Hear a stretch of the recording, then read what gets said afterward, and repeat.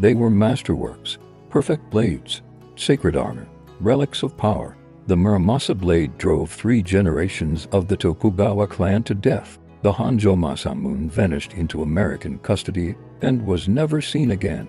The Demon Mask of Tenshin turned its wearers into monsters who couldn't stop killing. Here's what nobody tells you about legendary samurai artifacts. They all carried curses, not metaphorical, not superstition, real spiritual equations written in blood, obsession, and death. This is every samurai curse explained. 8 artifacts, 8 supernatural terrors, 30 minutes. Let's begin with the blade that thirsted for blood, any blood, and wouldn't stop until it fed. Muramasa Sengo, 16th century swordsmith. His blades were perfection. To perfect, samurai said his swords could cut falling leaves in half, split silk scarves drifting in the wind. The sharpest blades ever forged in Japan. Legend says Muramasa and Masamune tested their swords in a river. The Muramasa cut every leaf that touched it. The Masamune leaves flowed around it, refusing to be harmed. Masamune was declared greater. His blades embodied benevolence. Muramasa's blades embodied hunger. Muramasa forged his blades during periods of rage and obsession. That emotional state imprinted on the metal. Each sword became a spiritual battery storing violence, demanding more. The Tokugawa clan learned the curse the hard way. Tokugawa Kiyoyasu, Ieyasu's grandfather, killed by his own retainer wielding a Muramasa blade. The retainer claimed he couldn't control himself. Matsugara Hirotada, Ieyasu's father, assassinated, weapon, Muramasa katana. Matsugara Nobuyasu, Ieyasu's eldest son, forced to commit seppuku.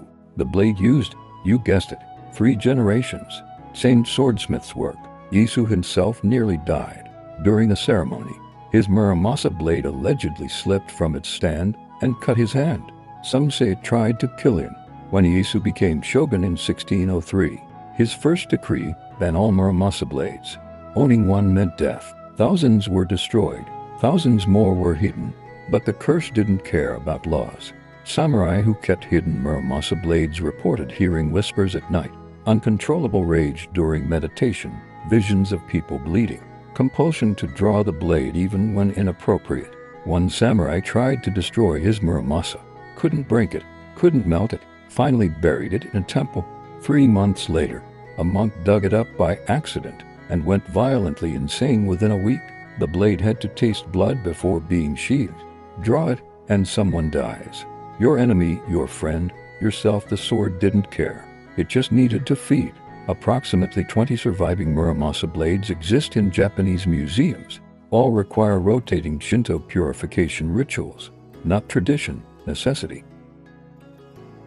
If Muramasa blades killed through hunger, our next cursed artifact killed through absence. The Honjo Masamune, the finest sword ever forged, the crown jewel of Japan, created by Masamune in the 13th century. Where Muramasa's blades were violent, Masamune's were peaceful. They embodied the soul of Bushido. For 400 years, this katana was the symbol of the Tokugawa shogunate. Owning it meant you ruled Japan. It was that absolute. The Honjo Masamune wasn't forged cursed. It became cursed through 400 years of spiritual attachment to power. When that connection was severed violently, the curse activated. August 1945, Japan surrendered. The occupation began. General MacArthur's forces issued orders. All samurai swords must be surrendered. No exceptions. December 1945, the Tokugawa family, now powerless, handed over their treasures to Meiyuro Police Station in Tokyo, including the Honjo Masamune. An American sergeant records say, Sgt. Coley B. Moore, though the name is disputed, signed the receipt. He took 14 swords, including the most important blade in Japanese history, and then he vanished into the occupation chaos. No transfer records, no shipping manifests, no base assignment logs. The greatest sword in Japanese history disappeared into American military bureaucracy like a lost duffel bag. For 78 years, Japan has searched. Government investigations, private detectives, international appeals. Nothing. Every few years, someone claims to have found it. Every time, experts get excited. Every time, heartbreak. This isn't a curse of violence. It's a curse of hole in the soul longing, the most perfect object Japan ever created, lost through incompetence and chaos. Every year without it deepens the wound. Some Shinto priests believe the Honjo Masamune chose to vanish, that after 400 years tied to the Tokugawa, it couldn't accept serving new masters. So it erased itself from history. If that's true, the curse isn't that it's lost. The curse is that it's hiding, waiting. The Honjo Masamune cursed through absence. Our next artifact cursed through invading dreams. Anamaru Kanetsuna, Demon Slayer, one of the 5 swords under heaven. In the 13th century, Honjo Tokimasa, a powerful regent, started having nightmares. The same nightmare, every night, a demon, horns, fangs, stalking through his palace, getting closer, hungrier, night after night. He'd wake screaming. His guards thought he was losing his mind. The Anamaru exists in multiple planes simultaneously. It's not just metal. It's a bridge between worlds, which means things from the other side can use it as a doorway. March 12, 1296. Tokimasa's nightmare worsened. The demon was at his door now.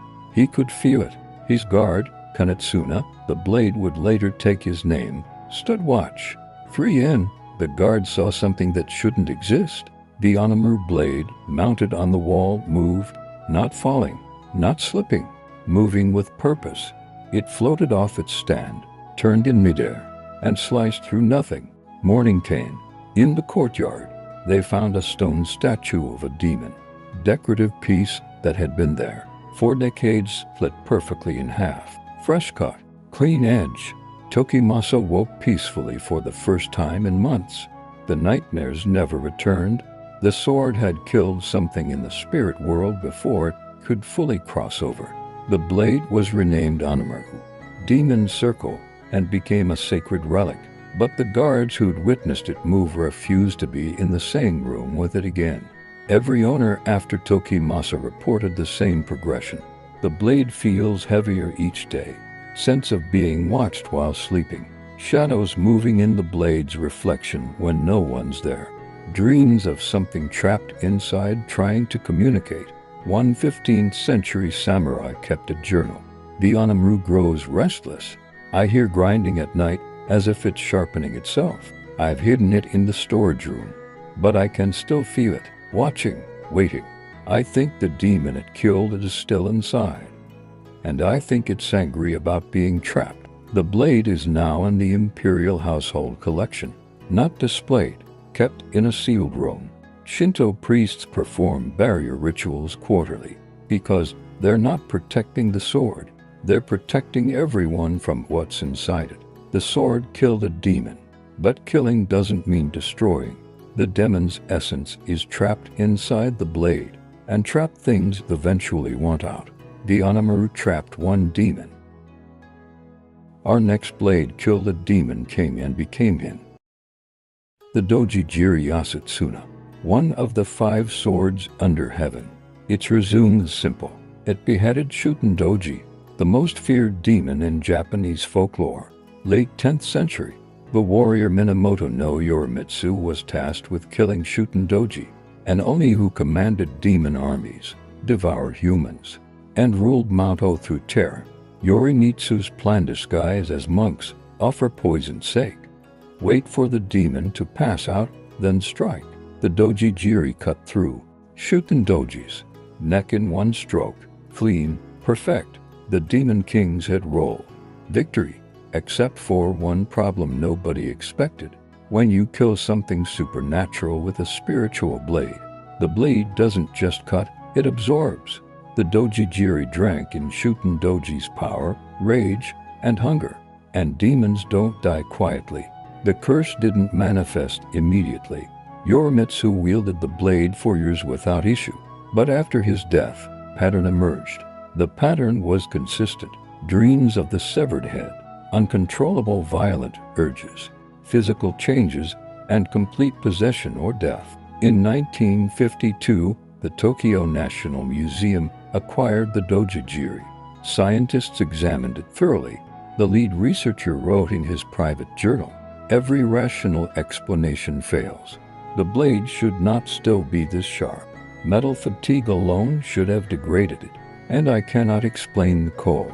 We've ruled out condensation, air currents, everything. It's as if heat refuses to touch it." 3 weeks into the study, the lead researcher started having nightmares. Always the same, a severed head laughing. The study was terminated early. You become what you kill. The Dojijiri kill the Demon King. So it turns its wielders into demons, slowly, inevitably. Tokyo National Museum. Behind reinforced glass. Shinto purification charms rotated monthly. No one has held it since 1952. The Dojijiri makes you a demon. Our next artifact just makes you disappear. Kogurasa Maru, Little Crow, one of the oldest swords in Japan, possibly forged over 1,200 years ago by the legendary Amakuni. The blade's curvature is wrong. It doesn't match anything else from its era. The metallurgy is advanced beyond its time period. Historians can't explain it. Some believe it wasn't made by human hands at all. The Kogurasa doesn't kill you. It removes you from the timeline. Not physically, spiritually and historically. You existed, then you didn't, and reality adjusts to fill the gap. Here's where it gets disturbing. Historians have tried to trace the Kogurasa's ownership through Japanese history. The chain of custody is full of gaps. Not missing records. Gaps where people should be but aren't. Family scroll lists 3 sons of a samurai lord. The second son's name is scratched out. Not crossed out in anger, methodically erased, scraped from the parchment.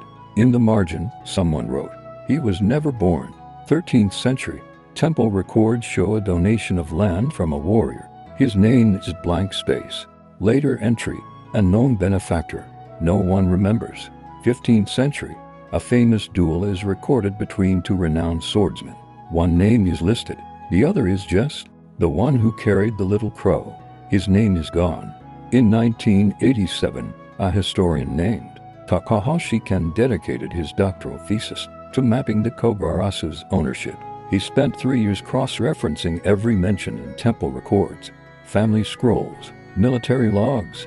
He found 23 documented owners across 800 years. His notes show a disturbing pattern. Every single owner has incomplete records, birth dates missing, death dates vague or absent, family members who should remember them don't. It's as if the sword slowly erased them from collective memory even while they were alive. His final research entry, dated March 3, 1990. I've requested permission to examine the Kogurasa directly. The imperial household has denied my request 3 times, but I've found someone who will let me see it. Tomorrow, I'll finally hold the little crow, then I'll understand. March 4, 1990. Takahashi Ken didn't show up to his university, or the next day, or ever again. Police investigation found his apartment undisturbed, no signs of struggle. His family had no memory of him planning to go anywhere. University records showed his name on old rosters, but no one could remember teaching him. His thesis exists, but the title page where his name should be is blank. Just study of the Kogurasa Maru. Author unknown. 1987 to 1990. The curse doesn't operate in physical space. It operates in conceptual space. You don't die. You unbecome. And once you're gone, reality forgets you were ever there. Imperial household. Never displayed. Never photographed. Location within the collection is classified. Because some curses aren't about death. They're about something worse. Complete absence. The Kogurasa erases your existence. Our next artifact erases your identity. The Demon Mask of Tenshin. A 15th century, no style or mask designed to terrify enemies on the battlefield. Exaggerated fangs, bulging eyes, expression of pure, mindless rage. The artisan who made it poured everything into the work, carved it during a fever, barely slept, barely ate, total obsession. When he finished, he collapsed, dead, heart failure. The mask was perfect, too perfect. The artisan died creating it. His final moment, his death imprinted on the mask, not just his skill, his obsession, his fever, his rage. The mask became a container for his final mental state. and when you put it on, that state becomes yours. Battle of Onin. A samurai named Akiyama wore the mask into combat. He fought like nothing human, faster, harder, more violently. His own troops couldn't keep up. The enemy retreated. Akiyama didn't stop. He kept attacking. His own allies had to restrain him. When they tried to remove the mask, Akiyama screamed. Not in pain, in rage, as if they were trying to rip off his face. They finally got it off. Akiyama collapsed, gasping. Later, he described the experience. I wasn't wearing the mask. I was the mask. My face underneath felt fake. The demon face felt real. And when they pulled it away, it felt like they were peeling off my skin. Akiyama was never the same. He became violent, paranoid. 3 months later, he put the mask back on during a training exercise. He attacked everyone in the dojo, killed 2 students, injured 5 more. They had to kill him. And even as he died, he was laughing. The mask's expression. They tried to clean his blood off the mask. It wouldn't come off completely. A 1600s account describes a samurai who wore the mask for 3 straight days during a siege. When allies tried to remove it after victory, they couldn't. It wasn't stuck. It had become his face. The iron had somehow bonded to his skin. Removing it would mean removing his face entirely. He lived for 2 more weeks, unable to eat, unable to sleep. He died of starvation, wearing the demon's expression. Mid-1600s, a samurai who'd seen its effects tried to destroy the mask, smashed it against rocks. The iron didn't dent, threw it in a furnace. The lacquer didn't burn, buried it in a shrine. A monk dug it up 3 days later, claiming he had to find it. Finally, a Shinto priest sealed it in a blessed box, which was placed inside another blessed box, which was placed in a sealed chamber. Every 6 months, priests perform purification rituals, not to cleanse the mask, to strengthen the seals keeping it contained. The mask doesn't just cover your face, it replaces it. Your personality gets pushed down, compressed, suffocated. The demon face becomes the real one. And the longer you wear it, the harder it is to remember who you are underneath. Sealed at a temple in Kyoto, triple boxed. The outer box is labeled in ancient script. Do not open. Do not approach. The mask steals your face. Our next artifact steals your freedom. Honda Tadakatsu, one of Tokugawa Ieyasu's 4 heavenly kings. Over 100 battles fought, never wounded, not once. His contemporaries called him a living war god. Enemies fled when they saw his distinctive armor, black lacquered plates adorned with massive deer antlers. Before every campaign, monks blessed the armor. It became spiritually intertwined with Tadakatsu's essence, his courage, his skill, his warrior spirit. 1610. Tadakatsu died at age 63, natural causes. In bed, the rarest death for a samurai of his era, but his armor didn't retire.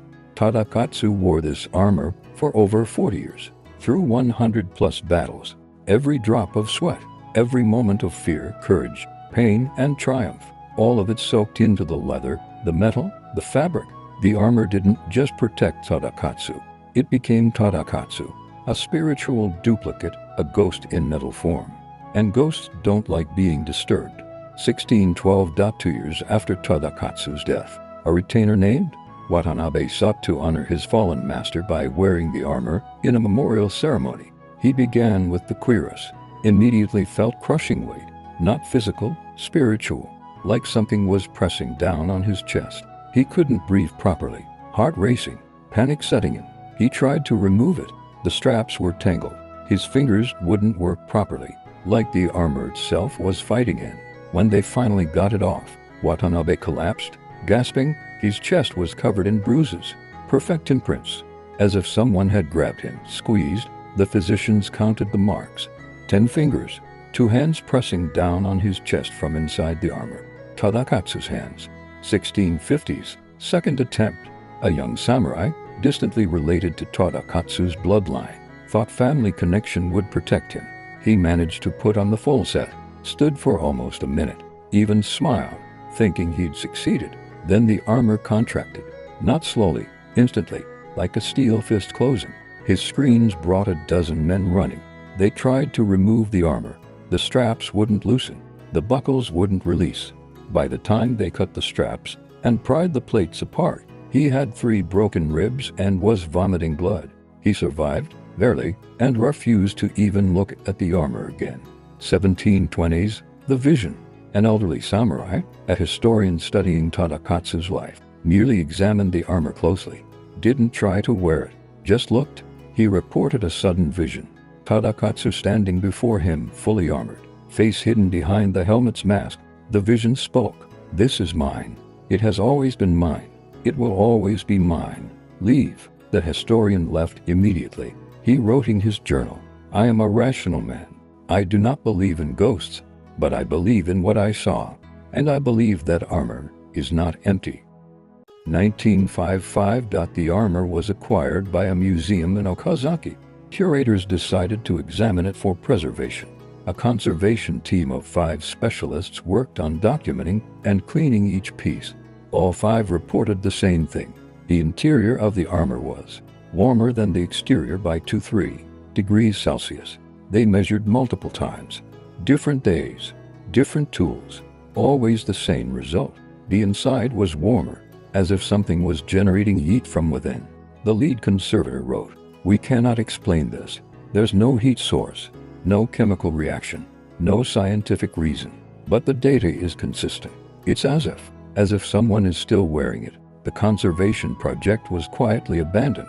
The armor was sealed in a climate control case, and no one has touched it since. This isn't possession, it's occupation. Tadakatsu never left his armor. His spirit is still there, standing guard. And when someone else tries to wear it, they're not putting on armor. They're trying to inhabit space that's already occupied. Display only. Behind reinforced glass at Okazaki Castle Museum. Warning plaques in Japanese and English. "Do not touch. Historical artifact." But the real warning is unwritten. This armor already has an owner, and he's still wearing it. Tadakatsu's armor traps his spirit inside. Our final artifact traps something far worse and far older. The beginning, before samurai, before Japan as we know it. Yamato no Orochi, an 8-headed dragon serpent, divine monster, ancient chaos given form. The storm god Susanoo slew it, cut open its corpse, and inside the 4th tail, he found a sword, Kusanagi no Tsurugi, the grass-cutting sword, one of Japan's 3 sacred treasures. For over 1,000 years, this blade has been tied to the imperial succession. Lose it, and you lose heaven's mandate. It's not a symbol of power. It is power. Everything about this sword is unknown because no one alive has seen it. The Kusanagi isn't just a sword. It's a nail, a divine stake driven into reality to keep something from breaking through. When Susanoo pulled it from the serpent, he didn't kill Yamato no Orochi. He imprisoned it, and the sword is the lock on that prison. The curse isn't what the sword does. It's what happens when you move it. 7th century, an emperor decided to relocate the Kusanagi to a new shrine. Better protection, more secure location. The moment the sword left its shrine, disasters began. Earthquakes, multiple, centered on the shrine's former location. As if the ground itself was angry, crops failed across 3 provinces. No drought, no flood. The rice just withered in the fields. Plague came from nowhere, spread faster than any disease could. The emperor panicked, returned the sword. The earthquakes stopped. The plague halted. The next season's crops grew normally. The land itself was punishing them for moving the sword. 1185 Dan no Yura, the child emperor Antoku, fleeing with the Taira clan, took the Kusanagi with him. Rather than surrender, he drowned himself. The sword went into the ocean. Massive storms struck the coast for weeks. Fishing yields collapsed for a decade. The Taira bloodline was completely extinguished. Some say the sword was recovered. Others say a replica was made. No one knows for certain. September 1st, 1923, the Great Kanto earthquake. 140,000 dead. Tokyo devastated. Conspiracy theories circulated. Had someone tried to examine the Kusanagi? Had the box been opened? Had the sword been moved even slightly? The imperial household refused to comment, but repairs were made to Atsuta Shrine shortly after, and scheduled and explained. Today, the Kusanagi resides at Atsuta Shrine in Nagoya. Supposedly, it sits in a sealed chamber, inside a box that hasn't been opened in over 500 years. No photographs exist. No descriptions from anyone alive. Even the head priest has never seen it, because the curse isn't about punishment, it's about function.